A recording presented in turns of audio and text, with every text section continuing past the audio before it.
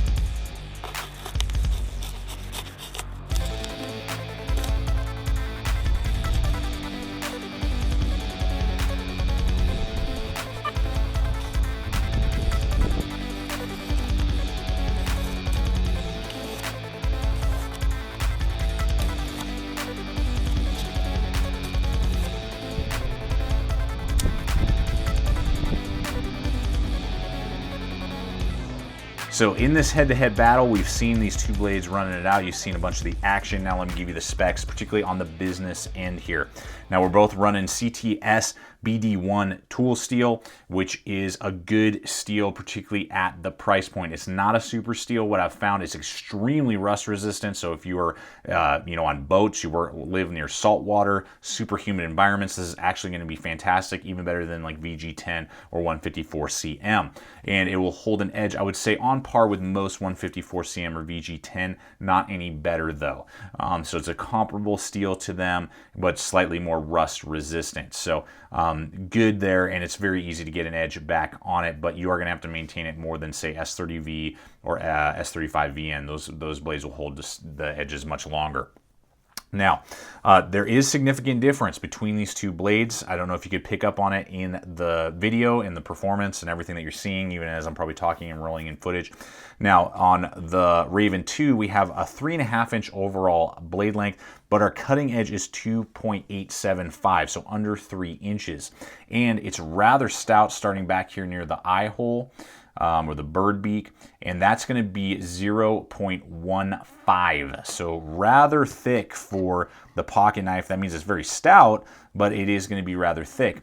On the flip side, the Polestar is something of a little bit of a different matter. What we're looking at here is from the handle to the tip of 3.3 inches, so it's a little bit shorter overall blade length, but the cutting edge is 3.15, so we're definitely getting almost a 1/4 inch more blade length of actual cutting done. We have a little bit wider of a leaf shape and a slightly more belly. So all those things combined with the 0.13 thickness, and it's going to be noticeably different on the thickness here on the two knives. Hopefully you guys can kind of pick up on this, but the Polestar is definitely a thinner overall blade. So depending on what you are looking for, if you're looking for super stout, the Raven 2 wins. But if you're looking for a better slicer overall, the Polestar definitely has a leg up because it's thinner. It has a longer cutting edge and more belly, even though the steels are exactly the same. They're US steels and then put together in China. We have satin finishes on both of these guys, and overall, regardless of the knife, these are both great for do everything tasks, jack of all trades tasks. You know, EDC tasks, cutting cardboard, rope, packaging, that type of stuff.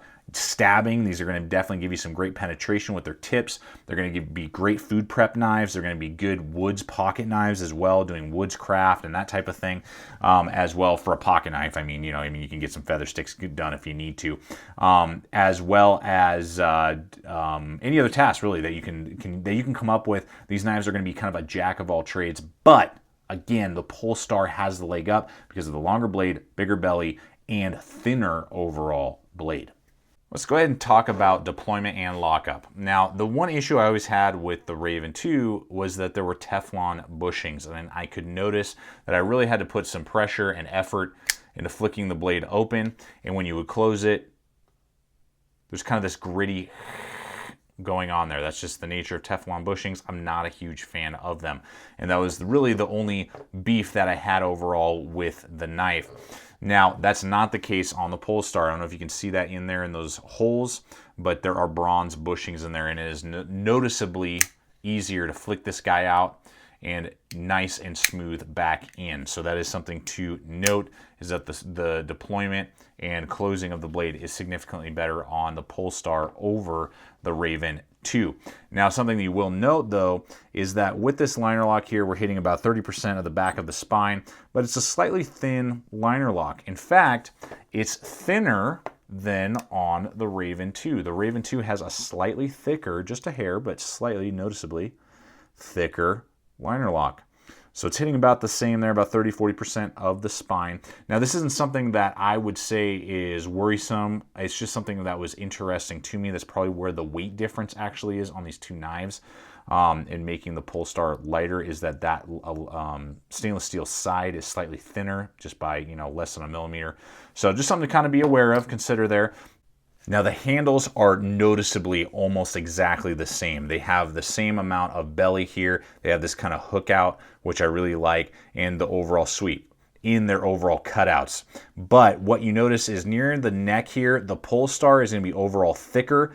This one has a little bit of a deeper cut in, and then it opens and flares back out and then back into the front forward finger choil, whereas the Polestar does not have a finger choil. So right away, if you like finger choils on your pocket knives, you're going to probably gravitate to the Raven 2. If you don't, then you're going to probably gravitate more to the Polestar. So that's something to consider. Now, the handles are within 0.1 of each other. Both handles are going to be 4.5 inches. The Polestar is going to be 4.51 inches. So I mean, barely a millimeter, longer in overall length. Now, they both have G10 handle scales, but I really like the gray blue kind of color that we got going on here with the Polestar. You can see there that you can see the kind of texturing, almost looks plaid in its overall design.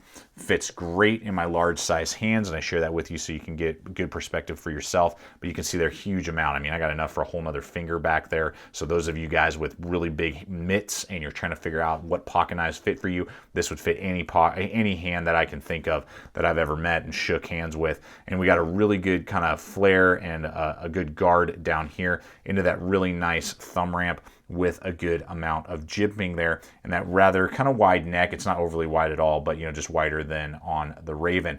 Now, the handles, I don't know if you guys can see in there, have been machined out as well, and it's a flow-through construction with that pillar construction. So the Polestar is going to come in at 3.9 ounces.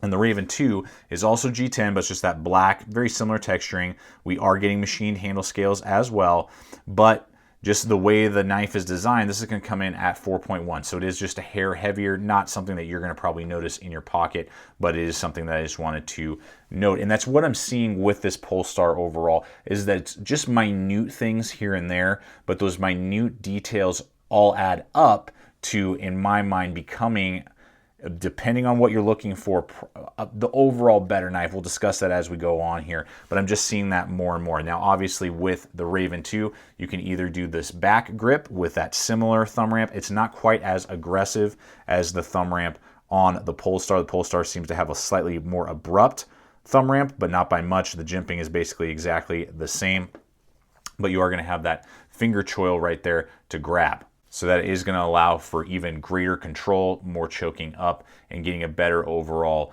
maneuverability out of the knife if you're looking for that. But the neck will be slightly narrower, and you have that giant space if you're doing this back grip between, it's about an inch from here to where the blade actually starts, where you don't have that issue with this knife. You grip it, boom, your edge is right there up against it, and you don't have to worry or think about a finger choil. So things to consider there. Both very ergonomic in their own right and are going to fit a lot of your needs. And they both come in at, I believe, like 0.44, I think, on the thickness, 4.5 on the thickness. So they're going to, for their size, they're rather slim and lightweight, coming in right about at 4 ounces for your EDC carry. Well, since we're here on this side of the knives, we'll talk about the pocket clips as well. We do have tip up, tip down, right or left carry on the pocket clips. Now, they are the exact same pocket clip. The Spyderco one is just going to have the Spyderco logo laser engraved in there, and the Raven Bird version will not. But other than that, they're exactly the same in every single way. No issues there. You are going to have them ride pretty high in your pocket. They do stick out. They do protrude rather far. And because the pocket clips are not blacked out, they're pretty noticeable. People are going to know you're carrying the pocket clip, which, you know, it is what it is. Lots of knives are like that, but I'm always looking for deep ride, loop over pocket clips whenever I can get them. So just something to consider there. Tube lanyard holes, but I noticed that the Polestar has a slightly larger tube. So if you are really into lanyards and you like doing maybe double runs or thicker paracord or whatever, the Polestar will give you a little bit more real estate to run through there. And they both, for what they are, going to give you a lot of carry options for righties or lefties. Now I want to touch price point with you guys, and I brought in another team member here, the ever so classic Spyderco lightweight Manix 2 in BD1 tool steel. About 80 bucks. And still to this day, for the price, for what you get, for what I look for in a kind of do everything pocket knife, my top choice. So that's going to go up here. This is USA made and is significant in its quality over these two knives. You can tell that it's USA made. We have a ball bearing locking mechanism. We have a paper clip, pocket clip, and this comes in at 3 ounces. So fantastic do everything folder for you. And that's why I wanted to run it in with these two guys, because we are all rocking BD1 tool steel here, even though these two are done in China. And we are looking at kind of do everything knives in the sense that they can handle a lot of different tasks. They're not just like a gentleman folder. They're not just like a compact EDC. They're not just like an overbuilt tactical knife. They have capabilities in all of those areas depending on how you want to use the knife. Now, the deal with the price point is on the Polestar, we're looking at about 60 bucks on Blade HQ, Knife Center, Knife Works, those locations. Now, as soon as it becomes available on Amazon, we will have links over to Amazon for all these knives that you see here, as well as a few other Spydercos that I'll throw in there for you guys to take a look at. When you use the hyperlinks, it helps support the channel and give me the money to spend to buy knives just like this Polestar here, so that I can test and do reviews for you so that you guys can decide how you want to best spend your money.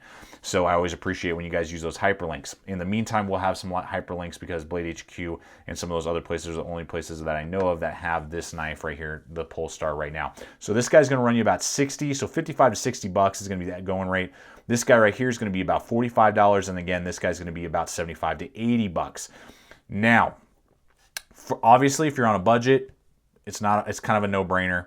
The Raven 2 is going to be a do-everything knife that's going to be fantastic, and really the only areas that you're compromising is slight slicing capability and the Teflon bushings. It's basic, there's no flares, no frills, but it's going to get the job done every time. Now, at the $60 price point, we are getting some really cool extra little bonus features that make, in my opinion, this Polestar a better knife than the Raven 2 overall. If we're just comparing these two knives, which one, you know, money's no object between these two, which one's a better knife? I believe the Polestar is, just because of the gray, makes it stand out from the crowd in a lot of satin blade, black G10 handle scales out there, handles out there. This Polestar kind of stands out with that gray G10. It's got the bushings that are bronze, and then it has a slightly thinner blade, bigger belly, and it's just going to be a slightly better performer. Now, is that worth $15 more to you? You've got to decide that, and the finger choil aspect will determine that. But the reason that I brought in this Manix 2 lightweight is that for another $15 to $20 over this Polestar, now you're getting a USA-made knife that's an ounce lighter, better pocket clip options, cooler and stronger locking mechanism in the ball bearing lock back here, and going to give you still great blade performance in the exact same steel, BD1 steel. So really, if you're looking at the Polestar, I really would encourage you to take a moment and think, should you spring for another $15 if you're willing to spend $60 and spend $80 on the BD1 version of the Manix 2 lightweight? Obviously, you know, price, if you're like, dude, all I have is $60, totally get that. But if, you know, you're just kind of trying to weigh the odds, I would highly recommend, if you are in that market, maybe consider going all the way to the Manix 2. This one you will be the most happy with of all three in that kind of do everything knife from Spyderco. Not taking anything away from the Polestar, it's still a great knife and has a lot going for it. And for the $60 price point, $55 to $60, you are getting a lot for your money, and it would be the one that I would take over the Raven 2. But if you were to spend $60, I would highly I would make you think, hey, is it worth waiting another 3 weeks to get one more paycheck and maybe, you know, not go out to Starbucks as much that week to get the Manix 2 lightweight? I say yes. So just something to think about, food for thought I want to give you guys. But all three knives, depending on price, are going to do a ton of work for you and are going to be fantastic do-everything knives. Great job, Spyderco, either way, on producing some great mid-level budget folders in that mid-range size, kind of jack of all trades, do everything dimensions. So as always, guys, I want to thank you so much for coming over here, checking out the channel. Please subscribe, comment, like, share this video. Love to hear your guys' thoughts. Any questions you may have, I'll answer in the description and in the comments below. Check us out on all the relevant social media as well. It's a great way to see what's up and coming. And finally, always remember, stay equipped, stay prepared, and we'll see you out there.